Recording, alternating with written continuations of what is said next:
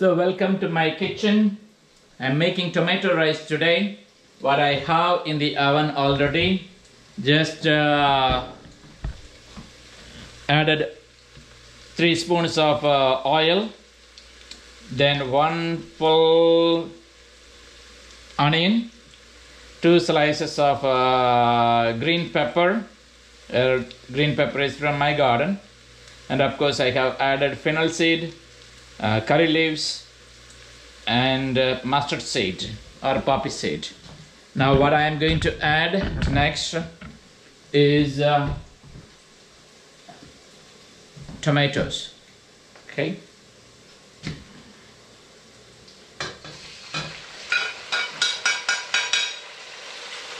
And mix it well.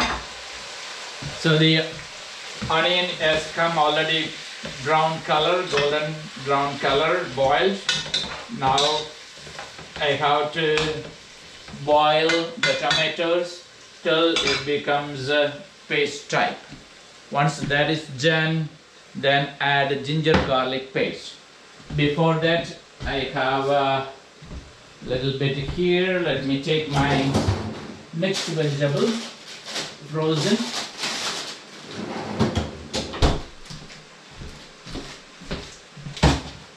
And I have also 2 cups of rice choked here, choked in the water, getting ready. You can just do it with just 15 minutes before preparing all other ingredients. It's simple and faster and easier.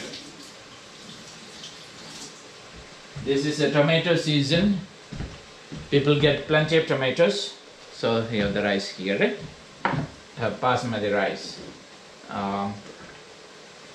There are plenty of rice, plenty of tomatoes people get. So tomato rice everyone will love. And if you really need a little spice, that you can add that green pepper. If not, do not worry. You don't need to add. Just prepare according to your taste. If you do not want any of the spices, that's fine with me. But for me, I like to add a little spice.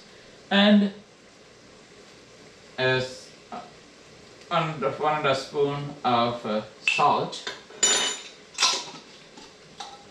When you add salt while cooking tomato or onion, I hear people saying that it gets boiled quickly and easily. So it is,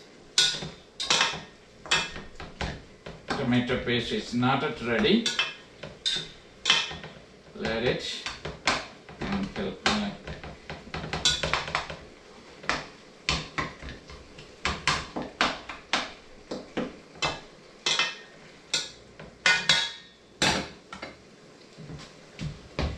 so right now it looks like this.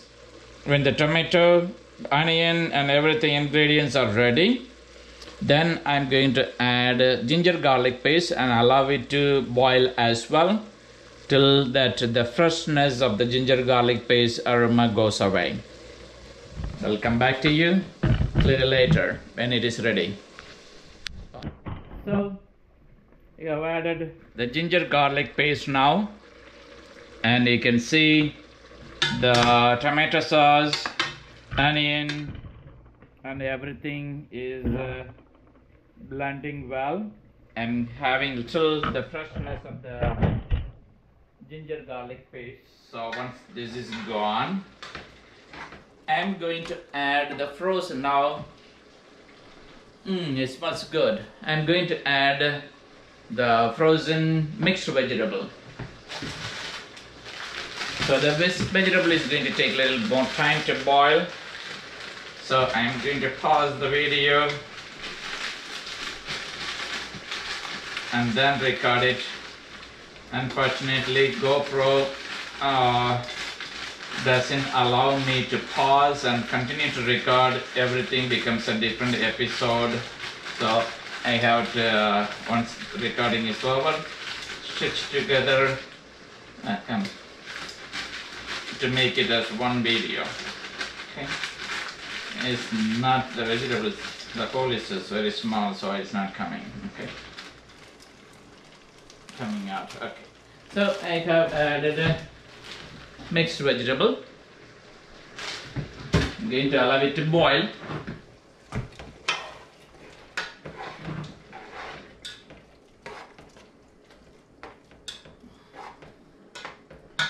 Let this vegetable boil. Since I have 2 cups of rice, and for each cup of rice I have to add 2 cups of water. Use the same cup that you use I use the same cup of rice, same cup to measure the rice. So same cup I'm going to add water also. 1 cup of water for basmati rice. 1 cup of rice, we have added 2 cups of water.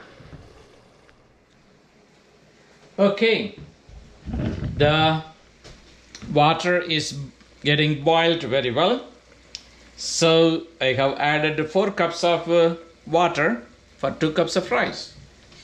Now before adding rice, I'm going to add a little bit of turmeric powder. Turmeric or turmeric powder gives an yellow color, but this is healthy. Okay.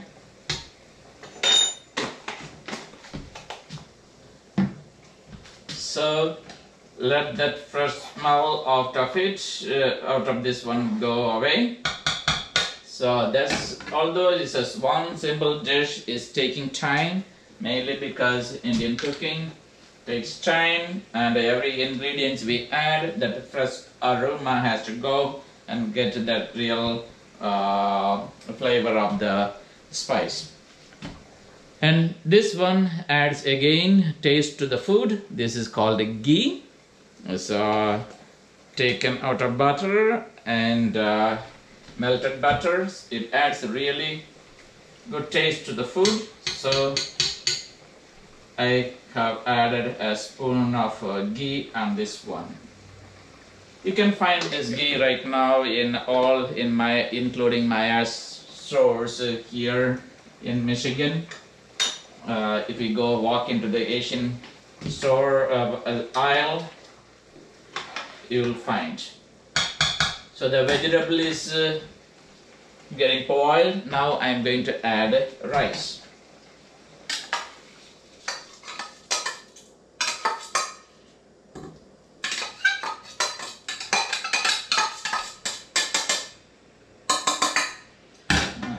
They are not falling. Okay.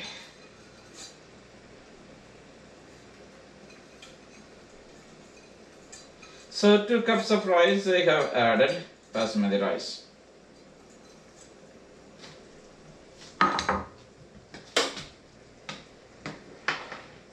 So let me show the pan. So it is here this way. Just stir it well. Rice, tomatoes, vegetables, onions, and 2 chilli, a little bit of oil. So they are all getting boiled. Soon it will be ready in another 5 to 10 minutes of time. That's all it takes. Basmati rice, since already we chopped in the water. Well, today is Sunday and I have celebrated my morning mass. Beautiful reading today. The reading really tells how we can forgive, and the need to forgive also, because we as a human beings, we carry on our hurt feelings. The hurt feelings are deeper and it becomes stronger, especially when we are falsely accused by our own brothers and sisters, or siblings, or co-workers, or friends, and they remain for a long time. Every time we try to pray, Lord, help me to forgive, so this triggers in. There is a Tamil poet, Thiruvalluvar. He lived before far before Christ, 5 BC, I think. He has written so many poems, just single 2-line words. It goes like this: Tiyinal sutta pun arinalum arade, navinal sutta padu, which means the scars made by the fire, it remains for a long time, it doesn't disappear at all. Even that may disappear, but the hurtful words used against us by our tongue remains for long. The scars remains for long. And I just used a story that I read in a book today for my homily. And it's a perfect image how hurt can really eat us up slowly and destroy us. There is a fish called Medusa. It's a jellyfish, and it's popularly seen in Naples in Italy. This jellyfish loves to eat a snail found in that location. Snail, it's a delicious meal for the jellyfish. So it swallows the snail. Snail or natha, jellyfish jellyfish Tamil okay. Snail, it eats the snail. But what happens? The snail, once it is in the jellyfish, the snail begins to eat the jellyfish. It's just opposite is happening. So jellyfish for a moment, the snail is a really delicious meal. It eats this snail, and when the snail, what it does, once it is inside the stomach, and it begins to eat the jellyfish itself and destroys completely destroys, putting the jellyfish into death. The hurt feelings, once we have what we have in our heart and mind, when we keep on brooding over it, thinking over it, what happens? It destroys. What happens? It destroys our health, peace of mind, and we go into depression. All kind of things, it happens in our life.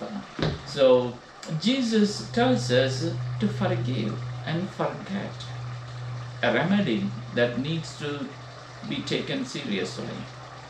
Peter in today's gospel is asking, Lord, how many times should I forgive my neighbor? 7 times? Peter was, because Jewish customs, maybe 3 times he can forgive. But Peter was generous enough offering 7 times. But Jesus said, not 7 times, but 770 times. That means it's not we don't need to take a calculator and calculate what those number means, but unlimited of times. Because Jesus knew that if we keep on pondering on the hurt feelings, it's going to destroy us. So forgiving others, not for sake of, not only for the good of the other person, for good of our own self. It is very important for us to get over it. Jesus gives a perfect example of a master and servant. A master and servant who owed him, a servant who owed him enormous amount, a huge amount of money to the master. But when the master asked, he came and said, have pity on me, give me some more time, be patient with me, and I will pay you back. But the master was generous enough. He forgave all his loans. Let's put it there like $250 million worth of value. He forgives everything. Now, when this guy goes out and he meets his fellow servant who owed him much a smaller amount, maybe like a $10,000.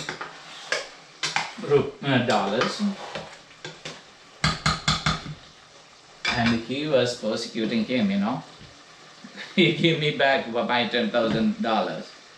He forgot that he was forgiven $250 million worth of value by his master, and he was not kind enough to show that mercy to somebody who owed him $10,000. And so in comparison, so at the end, when the other his friends and companions saw this one, they went and reported the master, master. Do you know what this guy has done? You forgave such a lot of such a huge amount of money this guy owed, but he went and punished the little poor guy. No matter what master did, he punished him. As he said, okay, put it in prison till you pay back. I am not going to release you. You and your household, every property, everything is seized. Now, apply this message here. God, we owe enormous amount of this one to God because we are all sinners. And God in His mercy forgives all our sins. But then we refuse to forgive a brother or sister who has hurt us. So what will happen at the end? It's not what God is going to do to us. God is always full of mercy and full of compassion. But then what will happen if we do not forgive? So it is necessary and important that God, our loving Father, has forgiven us, and He wants you and me to forgive people who have offended us. It's good for both, for the person who has offended us and for us who are hurt. If you have offended somebody, seek forgiveness. If someone has offended you, forgive and get over it. Do not allow this hurt feeling to keep on harming you like the snail that was in the jellyfish and destroying the jellyfish. So hurt feelings can destroy your peace of mind, everything that you have in your life, you may go into depression and all kind of things. So let's get over it. So my homily for today reflection is over, and good news is rice is ready. So that's all. So all I need to do is to turn off the oven, let it cool, and so I have delicious tomato rice. It will become little hard and when it cools down. You can eat with anything else. Children will love, and everybody will love this rice. Tomato rice, tomato, vegetable, rice. Bye now. God bless you.